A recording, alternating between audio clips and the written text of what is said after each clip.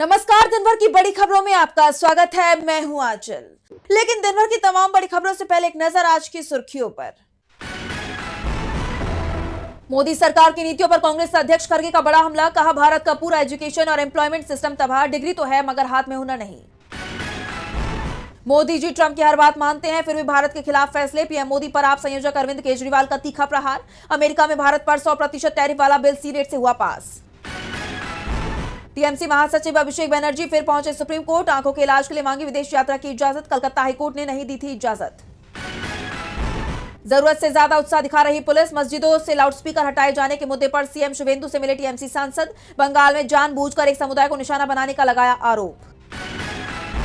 और आरएसएस पर कर्नाटक के गृह मंत्री प्रियंक खड़गे का बड़ा बयान। कानूनी दायरे में रहते हुए संघ के खिलाफ होगी कार्रवाई। संगठन और उसके 100 साल का इतिहास खंगाल रही सरकार। ये तो थी सुर्खियां। अब बात आज की सबसे बड़ी खबर की। लोकसभा में नेता विपक्ष राहुल गांधी लगातार मोदी सरकार की मुश्किलें बढ़ाते नजर आ रही हैं। खास तौर पर युवाओं के मुद्दे को लेकर सरकार बुरी तरह घिर गई है और अब राहुल गांधी ने युवाओं के साथ एक बार फिर संवाद किया। प्रयागराज में छात्रों की गूंज कार्यक्रम का आयोजन किया गया, जिसमें बड़ी संख्या में छात्र शामिल हुए। तो कैसे राहुल के कार्यक्रम ने बढ़ाई बीजेपी की बेचैनी, जानने के लिए देखिए ये रिपोर्ट। जंतर मंतर पर युवाओं के आंदोलन के बाद से मोदी सरकार की नींद उड़ी हुई है। युवाओं में बढ़ते आक्रोश को लेकर पहले से ही सरकार बेचैन नजर आ रही है और अब लोकसभा में नेता विपक्ष राहुल गांधी उनकी इस बेचैनी को बढ़ाते दिखाई दे रहे हैं। 36 दिन के आंदोलन में जहां मोदी सरकार ने युवाओं से कोई बात नहीं की, वहीं अब राहुल गांधी लगातार युवाओं के बीच पहुंच रहे हैं और अब उन्होंने प्रयागराज जाकर एक बड़े मंच से युवाओं के साथ संवाद किया है। प्रयागराज के केपी ग्राउंड में कांग्रेस ने छात्रों की गूंज कार्यक्रम का आयोजन किया। एक बड़ा सा मंच, एलईडी स्क्रीन, साउंड सिस्टम और वाटर प्रूफ टेंट के साथ राहुल गांधी के आगमन की तैयारियां की गई। इसकी एक झलक कांग्रेस ने अपने सोशल मीडिया पर भी शेयर की है।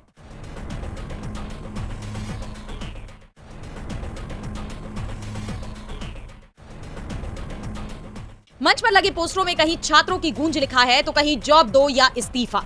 इस दौरान राहुल गांधी ने युवाओं से संवाद किया, जहां उन्होंने प्रयागराज यूनिवर्सिटी की फीस में बढ़ोतरी, पेपर लीक, भर्तियां रुकना, बढ़ती बेरोजगारी जैसे मुद्दों पर बात की। उनके इस कार्यक्रम का मुख्य उद्देश्य ही देश के एजुकेशन सिस्टम को बदलना और बेरोजगारी का चक्रव्यूह तोड़ना है। इस कार्यक्रम में बड़ी संख्या में युवा शामिल भी हुए।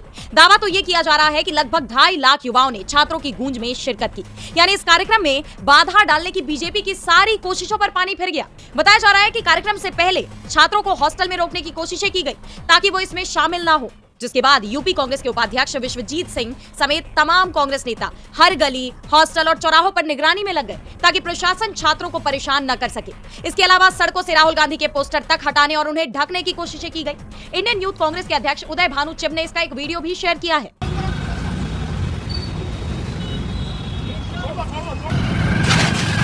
तो कांग्रेस ने बीजेपी के हर दाव को फेल कर दिया है। बीजेपी के इस रवैये पर कांग्रेस सांसद पवन खेड़ा ने तीखा हमला बोला है।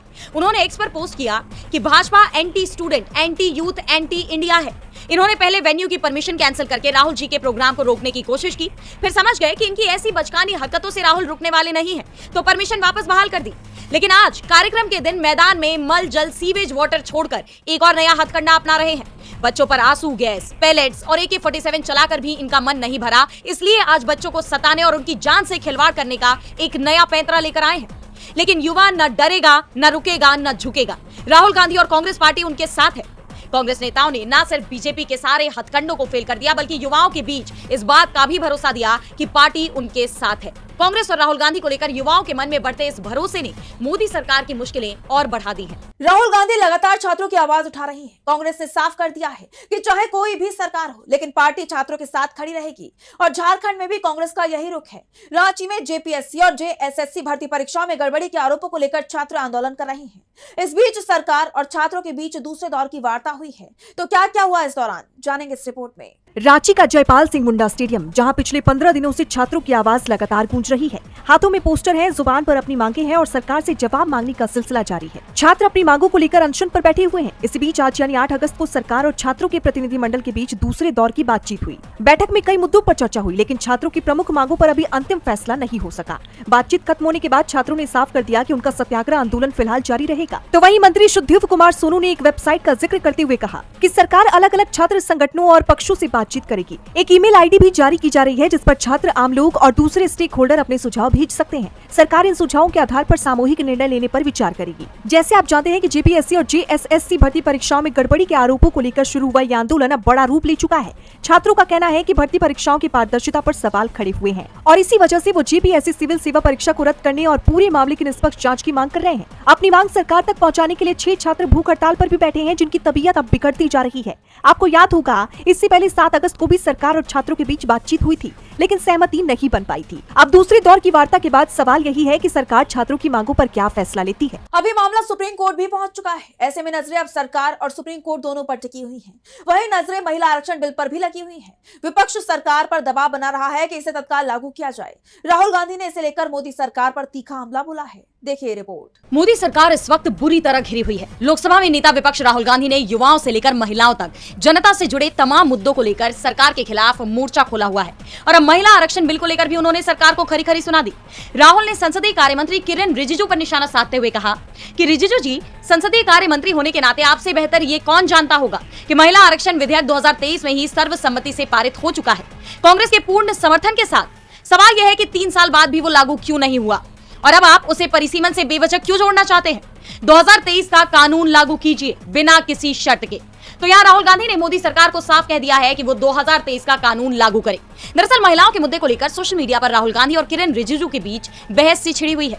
राहुल का यह बयान रिजिजू की उस ट्वीट के जवाब में आया है जिसमें उन्होंने राहुल गांधी की एक वीडियो शेयर करते हुए कहा था कि यह कांग्रेस पार्टी की तरफ से एक सकारात्मक संदेश लगता है। महिलाओं के प्रति राहुल गांधी जी की सोच में साफ बदलाव दिख रहा है। अब मुझे उम्मीद है कि कांग्रेस पार्टी महिला आरक्षण विधेयक का बिना किसी शर्त के समर्थन करेगी। यहाँ रिजिजू जिस वीडियो की बात कर रहे हैं उसमें राहुल गांधी ये कह रहे हैं, The energy of India's women is trapped, is not allowed to express itself. Rahul Gandhi का कहना है कि भारत की महिलाओं की ऊर्जा दबी हुई है, उन्हें खुद को जाहिर करने की इजाजत नहीं है, उन्हें कल्पना करने की भी आजादी नहीं है। मेरे हिसाब से महिलाओं की अभिव्यक्ति के बिना हमारा देश अधूरा और अविकसित है। आप जानते हैं कि संसद के पिछले सत्र में ही मोदी सरकार महिला आरक्षण बिल को लागू करने का दावा कर रही थी, लेकिन जिस तरह महिला आरक्षण बिल की चादर में लपेटकर परिसीमन विधेयक पेश किया गया, उसके बाद विपक्ष ने सरकार का दांव फेल ही कर दिया। उसकी तरफ से तब भी कहा गया कि महिला आरक्षण बिल तो 2023 में ही पास हो चुका है, फिर सरकार उसे लागू क्यों नहीं कर रही। और अब एक बार फिर राहुल ने सरकार को कड़े शब्दों में यह मैसेज दिया है। ऐसे में देखना यह होगा कि क्या इस बार सरकार विपक्ष की मांग मानेगी